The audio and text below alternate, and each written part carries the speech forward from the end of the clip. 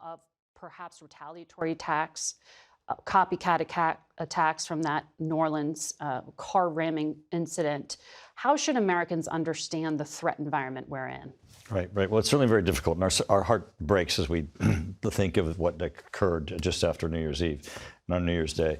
What we know that the FBI director has said is that we are in a heightened, threatened environment.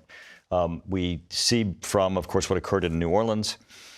We have the threat of those who can be lone wolves, those individuals who might be, as the self-declared terrorist has indicated, inspired by ISIS, by terrorist threats.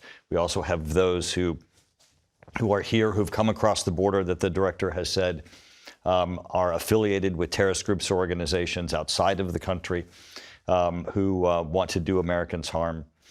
Those individuals still pose a threat to Americans and to the United States. The director, the FBI, local law enforcement are continuing to work to try to find them and try to lessen the risk.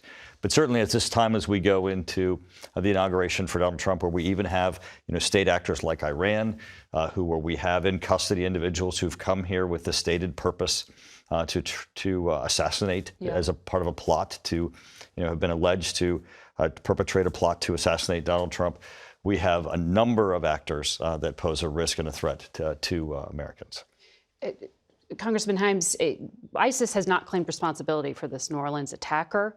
He did pledge allegiance in these social media videos, but Homeland Security, as far as we have heard from them, said there's no linkage to the U.S. border.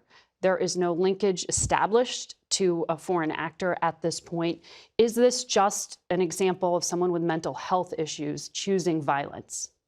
Well, and I'm glad you said that, because there was so much misinformation right out of the box because these attacks happened at the same time. There was all sorts of stuff on social media about how they were coordinated and together, and that the Las Vegas with New Orleans.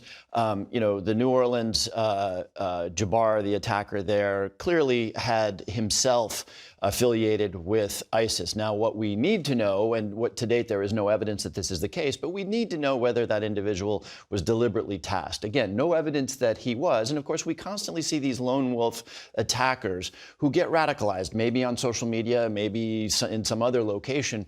I would certainly agree with Mike's characterization of the danger out there, but just add that as Americans think about the people who are protecting them, and I think the chairman would agree with me on this, the people and assets that we put up against this threat are the best in the world.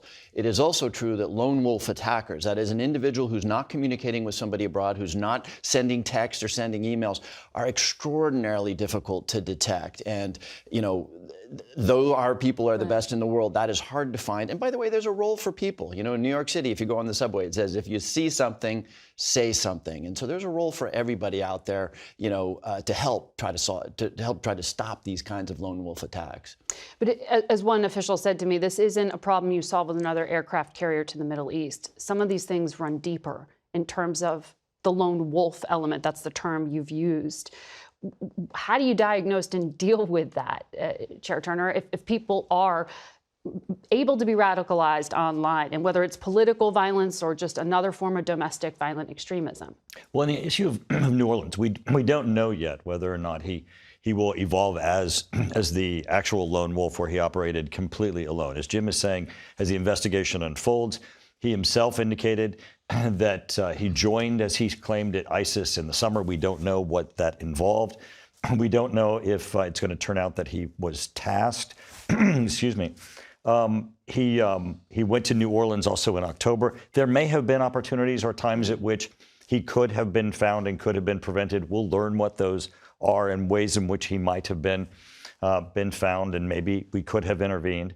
But those will give us greater opportunities at which we'll look to how we might be able to, in the future, find others. Now, we've